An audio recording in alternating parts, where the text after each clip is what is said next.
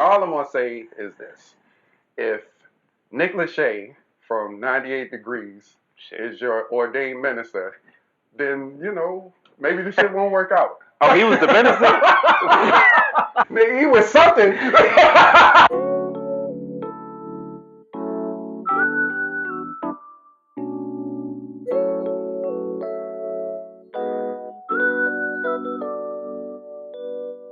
What up? What's Welcome back, up? everybody, to another episode of Cinecism. I'm Eric. It's your boy Dante, man, and today we're going to be doing a review on Love is Blind. A Netflix original reality show. I don't know where the fuck it even starts. It's a reality show, as we mentioned, and it's about a bunch of strangers that begin dating, but they don't get to see each other during the dating phase. That's the simple way to say it. They begin dating each other in these little cubes. Pods, yes. Yeah. The pods. Pods. They're put in these pods. There's no window or anything, and they're talking to each other, conversing over the course of several dates, a few weeks or something. A few weeks. Some of the people that stood out the most for you, who you think? Lauren and the dude Cameron. They are like the model couple in this show. Yeah, they probably the couple that's gonna make it out of everybody that I can. I mean, they're the most normal people in the bunch for sure. I would say that much. That other couple was pretty normal. The plain ass couple. Kathy and you don't even remember her Caitlin. name. It was like Kirk and Kathy. Wow. Kelly. There you go. Kelly. What was his name? Oh, it was. I don't remember. It was Kelly and Chris, Kelly and Clark, or something like that. It can't be with so many K names for a dude. Yeah. Maybe it was Kenny. Kenny and Kelly. Kenny is his name. Kenny and Kelly. Yeah. Kenny. Yes. Kirk. Right. I this bitch looking stupid as fuck. Yeah, I like them too, man. Yeah, they were cool. They were normal. They were kind of boring. They were the plain Jane couple. Yeah, they were like boring, they weren't really doing shit until probably the end of the show. But let's start with the girl Jessica too. She was the worst person on the show. Listen, man. I know she's a real person, so I'm not gonna go in, but she. I am. Fair enough. Then I will too. She was obnoxious. She was the worst type of person, man. My problem with people is not that they trash, it's just that they don't be accepting responsibility. But that's one of my main problems with people. Well, if you trash, then you show me and you so you want them to be trash and admit just own it. She would swear up and down that she wasn't the person that she kept portraying herself to be. She was insincere. Yeah. She was misleading. She was shallow. I personally think she might have an alcohol problem. Every time I saw her on the show, she had a drink in her hand. Which I think led to a lot of the poor behavior. Because when she was sober, she seemed to be chilling. Yeah, she wasn't that likable still, though. Nah, she wasn't. And then the guy that she was with, man. God, he was just he was the nicest dude on He was just so head over heels over there. I just ain't understand why. I didn't get that at all. She clearly ain't feeling you like that. No. Really, back in the pods when she tried to play him for old boy. What was her dude's name again, by the way? Barnett? No, her actual dude. I don't know. Was it Zach or something? It's like Matt or something. It might be Zach. Right. But anyway, Jessica's, I guess, fiance. A few times he said, like, his age wasn't like a factor in the whole thing, but the way he was acting, I had to chalk that up to you because he was just very naive. Yeah, he was. To me. I was about to say, yeah. And no matter how, you can know yourself, but emotionally, you still not. Right. You still somewhere else when you're that age. Right. And that's just the facts, in my opinion. And I also think he truly felt like he fell deeply in love with this person. So that's another thing. But I guess she led him to believe that too. She did. A lot of his feelings towards her were being reinforced by her behavior. Like she would kind of tell him one thing to his face and then say other things to other people. Even if after she dropped him, like you said, and pursued other dudes, right? And then she came back to him. It was like, that's a red flag right there. I thought he was going to end it right there, because in the pod when she came back to him and she was like, yeah, I made a mistake, and he was just like, well, I know my worth, and I was like, okay. All right, you about to kick her. No, you don't, bro. Yeah, right. I know my worth. I love you. Right. Like, clearly, he was like a second option for her. It was obvious that he was a runner-up. When dude confronted her about her trying to holler at him, because after that scenario where she was trying to talk to him at his birthday party, she was so flabbergasted that that's what he thought. He was like, yeah, because I thought, you was trying to holler at me. She was like, what? You thought me was trying to holler at you? Yeah, bro, you approached him at his party, you approached him on the beach, you approached him at the bar. And you was at me in the pods. Well, of course I would think that. Like, why wouldn't he think that? And she wouldn't let the pods go, yo. Every time she rolled up on him, that incident. I had some issues with Carlton, man. From the jump? Nah, he seemed cool at first. Yeah, in the pods, he seemed cool. He was chill. And then, like, once they met in person, he slowly started acting weird. Like, dude, arrogant as fuck to me. He was arrogant, but, like, it was unfounded arrogance. He was a regular-looking dude. Yeah. His beard was kind of whack. Like, I really had an issue with how he handled that whole situation. Yeah. The scene where Carlton told Diamond, who's his fiance, that he had previous relationships with men. Which is cool, but you're going to have to disclose that, my brother, to somebody before you propose to him. That's something that should have been addressed in the pod. Yeah. I understand why he wouldn't have wanted to do that, but, I mean, at the end of the day, that's some shit that somebody going to want to know. The thing is, man, he was out of line. I think he hadn't, in a lot of ways, come to terms with who he was. He seemed to be very much still scared of what other people thought. When they were together at the resort and it came time to tell her, he turned on his bravado instead of actually coming clean. He was acting like a dick. Then he started acting like a hoe. Yeah.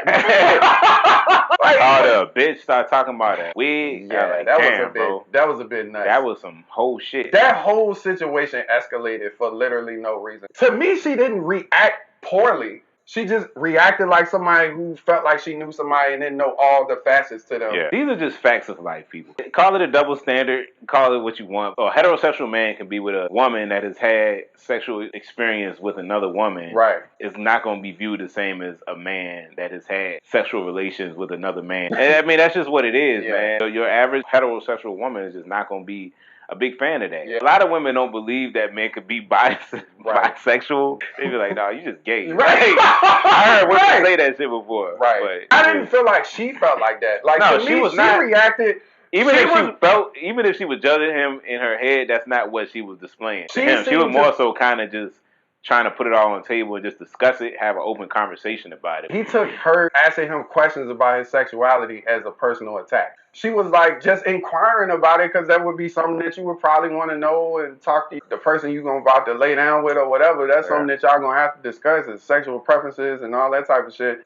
Just to annotate this, it's heavily edited too. So we don't know if it was any additional dialogue in between those cuts. Right. Based off of what we were able to see. Right. It seemed very unnecessary. Right. His reaction in the end was crazy. Yeah, it was crazy. He went through like 5 emotions in that bitch, man. Yeah, you know what I'm saying. He's like, oh, why you don't love me? Yeah, whatever, bitch. Like, dude, what? His feminine side came out real quick in that whole ordeal. Attacking a woman's wig, that's not a man insult. I felt bad for her. Like, I really felt bad for the situation in general, man, because I could see that it didn't have to get there. Oh, my God. Watching them attack her wig when they played the footage back at the reunion, it made me super uncomfortable. Nick Lachey sucked. Nick Lachey out here trying to cause trouble. Let's talk about the wig. Is that what he said? Yo! Like Nick Lachey wildin'. Is that a lace front, sis? Oh, that's Gigi right. And what was the dude's name? Fuck. I almost called that nigga Maverick. I don't know why. Her name was Gigi, but I can't remember his name. I can't remember his name either. He looked like a wolf or something. Yeah. Wow. He got a sharp ass head. Yeah, I see what you're saying. No, I don't. They were beefing the whole time, though. Yeah, man. like polar opposite personality-wise. Yeah. She be snapping. Like, her mentality just seemed a little too young for him. They actually could talk it out, even though they fought. Yeah. They fought to a resolution, which I thought was cool. Did you see the scene when she was talking to him in the kitchen? Remember when you told me that that's sex in your life? Notice how I never said it back to you? I was like, why you gonna attack me like that on national TV? He was like, but you did say that it was kind of lit. Still fucked though. Yeah. We gotta talk about Barnett and Amber. He was pimping in the pods. Yeah, Barnett, that man was all over the place. Yeah. He was saying some racy jokes at them though. I was like, racy. And they was with it too. Yeah, they was. Those shits was like Weinsteiny. Yeah, you gonna let me bust it open? You're so forward. Yeah, right? I was like, is that what he is? When they introduced Barnett, I was like, this nigga a fuckboy, he a douche. And I actually liked him at the end of the show, man. He was a cool dude, man. This ain't cool. And when she brought up her finances, dog, his heart dropped. You could tell. She was talking on some bum shit. What did she say? I don't live to work. I live to have fun or something. I don't live to work. Bitch, grow up. Yeah, like what are you talking about? With these bills, though. For a while, she was homeless. She was sleeping on people's couches. That's what happened when you don't live to work. She would easily spend $200 on makeup alone. She said she had made no payments towards her student loans. Who lives like this as an adult? Fam. his face when she was saying all this, he was like, and then she kept saying like, I just need somebody to take care of me. I want somebody to take care of me. She wanted to be a stay-at-home mom. If you want to be a stay-at-home mom, cool. Don't make this motherfucker pay for your mistakes though. Like, at least take care of your debt. You want me to take on a baby, current expenses, and your debt, your mountain of debt that you have put no effort to decrease? Fuck, I look like. That concept to me is greatly flawed for a lot of reasons. Of course, not only the aspect of trying to fall in love with somebody, to genuinely fall in love with somebody in that short period of time, but also you take away every aspect of what could make a relationship challenging. You don't have social media. You don't have no other person. Like, you just in a pod talking to somebody. I could understand how somebody could really feel like they made a deep connection or genuinely make one that way. Like, you don't have no distractions. It's just you and that person. Once you get back in the world, you got to deal with your friends' opinion, your family. You got to deal with social media. You got to deal with other people walking around. You don't have anything standing in the way of you truly getting to know somebody. Attraction is all of those things. At least to me, seeing a person like this. It really is. People want to say it's not important, but come on, man. Of course it's important. Absolutely. You want to be attracted to the person that you with. Right. Wrap it up then.